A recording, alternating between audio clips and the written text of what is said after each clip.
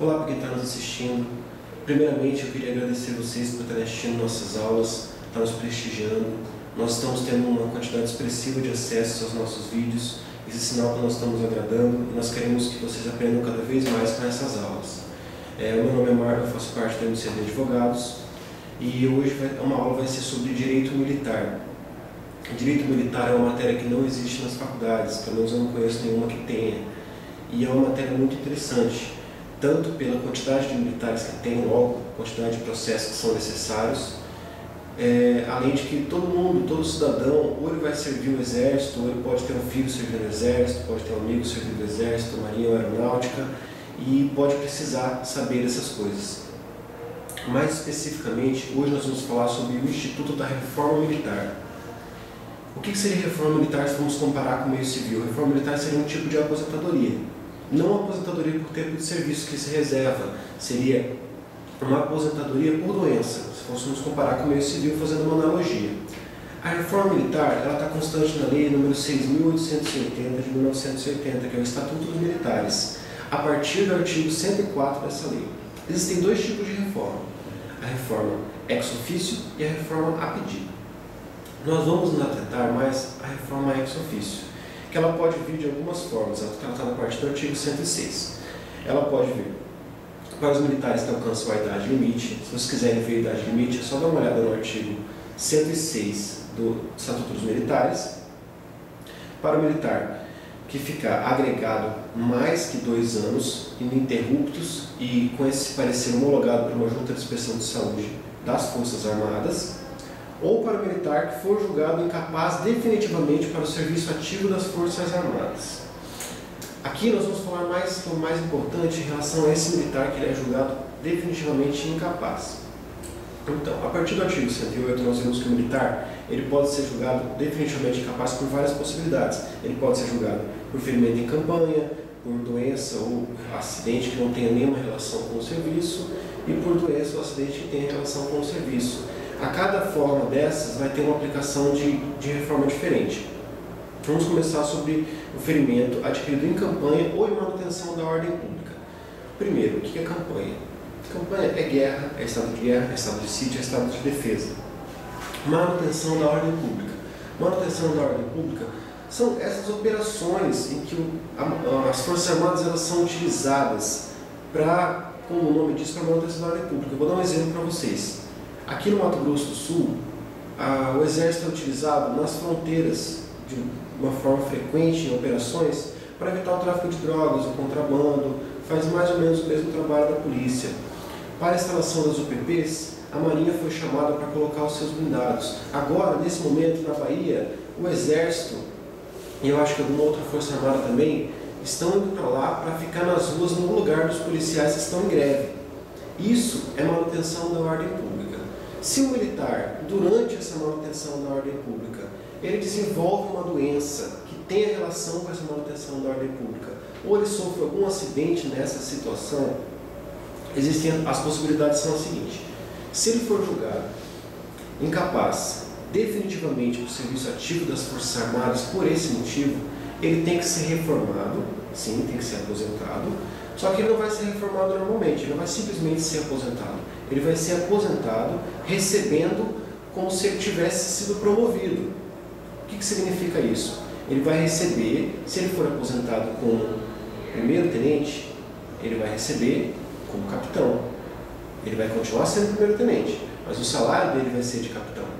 E nesse ponto tem algumas peculiaridades aos praças. O que são praças? Praças são soldados, cabos, sargentos, subtenentes. Aspirantes oficiais, que são praças especiais.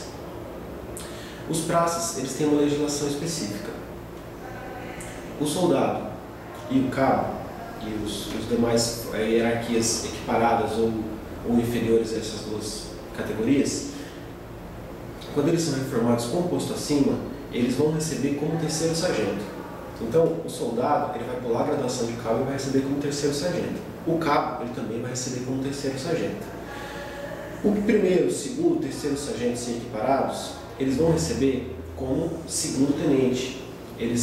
O terceiro sargento vai pular a graduação de segundo, de primeiro, de subtenente e vai receber direto como segundo tenente. Os demais eles vão pular menores graduações. O subtenente, ou o aspirante oficial, o guarda-marinha, eles vão receber como primeiro tenente. Vocês entenderam? Os praças eles têm um tratamento especial. É a única coisa que você tem que decorar.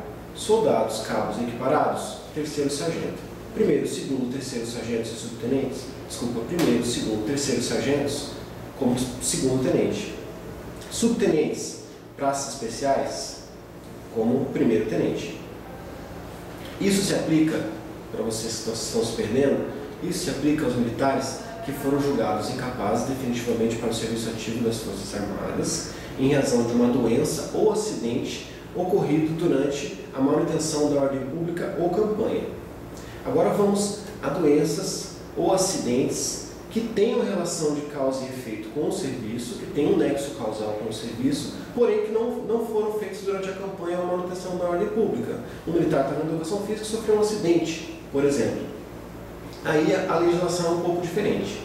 Se esse militar ele for julgado incapaz definitivamente para o serviço ativo das Forças Armadas apenas, ele tem que ser reformado, obrigatoriamente. Porém, essa reforma ela vai ser no posto em que ele se encontra. Ou seja, se ele sofreu um acidente como soldado, ele vai receber como soldado após ser reformado. Para ele receber com o posto acima, conforme a gente estava falando antes, ele vai ter que ser julgado incapaz definitivamente para o serviço ativo das Forças Armadas e inválido. Essa invalidez ela é muito controversa. A lei fala que você tem que ficar inválido para qualquer serviço. Eu tenho uma opinião a respeito. Na minha opinião, a invalidez ela deve ser analisada de um aspecto social e econômico em relação ao militar. O militar que ele estudou até a segunda série, por exemplo, e foi prestar o serviço militar obrigatório, ele sofre um acidente, ele nunca mais vai poder carregar peso, ele nunca mais vai poder ficar em pé por muito tempo. Ele tem que ser julgado inválido, porque todos nós sabemos, é notório, a sociedade inteira sabe que alguém que tenha tão pouco estudo só vai ter acesso aos empregos que demandam esforço físico, que demandam a utilização da sua força física. Se ele não vai ter condições de usufruir desses empregos, então ele deve ser considerado inválido. A mesma coisa, um militar que é médico, ele é cirurgião, ele fez mestrado em cirurgia, eu não entendo muito bem da área médica, mas doutorado nessa área. Ele estudou a vida inteira nessa área. Aí ele sofre um acidente que ele não pode mais segurar um bisturi, ele não pode mais operar.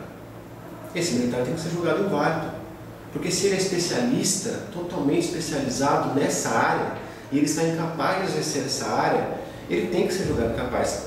As Forças Armadas não podem exigir que ele vá fazer outra faculdade ou vá se especializar em outra coisa porque ele sofreu um acidente de serviço ou porque ele desenvolveu uma doença com relação de causa e efeito com o serviço. Mas essa é uma opinião doutrinária minha, eu tento aplicar ela constantemente nos tribunais, em alguns casos a gente consegue, em outros casos não, mas a opinião geral é que tem que ficar inválido para todo e qualquer tipo de serviço. Aí nós temos outra forma de incapacidade, que é com doenças ou acidentes sem relação de causa e efeito com o serviço. Como que funciona isso aí? Se o cara sofre um acidente durante as férias, ou desenvolve uma doença que não tenha nada a ver com o trabalho, ele passa um final de semana no Rio e acaba tendo uma pneumonia, e aquela pneumonia deixa ele incapaz. Se acontece isso com o militar, e ele for julgado incapaz definitivamente para o serviço ativo das Forças Armadas, existem duas possibilidades. Se ele for estabilizado ou não. Se ele for julgado incapaz definitivamente sendo estabilizado, ele vai ser reformado imediatamente, de forma proporcional. Se ele não for estabilizado, se ele for temporário, ele vai ser licenciado. Então, se você é temporário, você sofreu um acidente fora do quartel, se você for julgado apenas incapaz definitivamente para o serviço ativo das Forças Armadas, você vai ser licenciado, não tem o que fazer. Agora, existe outra possibilidade, o inválido. Se mesmo nesse caso, mesmo que não tenha nada a ver com o serviço, você for considerado inválido, aí sim você tem direito à reforma. O militar estabilizado ou não estabilizado tem direito à reforma. O estabilizado não vai ser proporcional, vai ser reforma simples. E o não estabilizado vai ser a mesma reforma simples. Pois é, a gente tem que ressaltar uma coisa, galera, é muito importante. Dentro das Forças Armadas não existe o Instituto da Readaptação que existe na vida civil. Apesar de ter gente que está querendo aplicar, ele não existe, não pode ser aplicado. Por quê? Porque o militar ele tem como função principal a defesa dos poderes constitucionais, a defesa da nação. Eles têm que estar sempre preparados para atuar numa campanha ou atuar na manutenção da ordem pública. O que isso significa? Isso significa que se o militar ele não tem mais condições de fazer esforço físico, como o esforço físico é parte integrante da vida militar, ele deve ser reformado.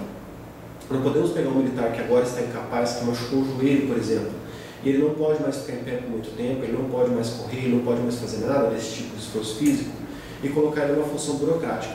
Isso não existe dentro das Forças Armadas. O mesmo militar que trabalha na função burocrática, ele tem que estar apto para correr, ele tem que estar apto para atirar, por exemplo.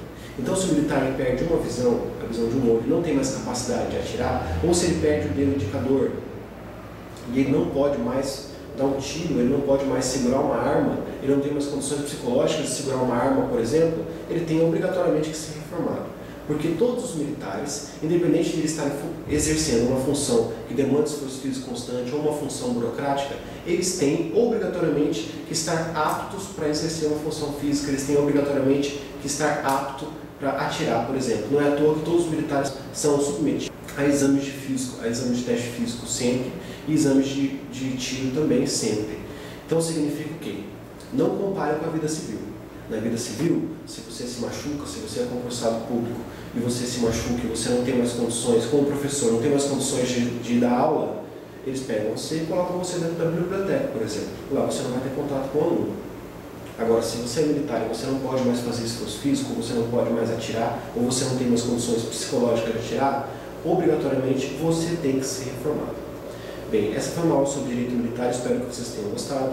Teve coisas que eu falei que são minha opinião, então só leve em consideração o que eu falei em relação à opinião geral e até a próxima.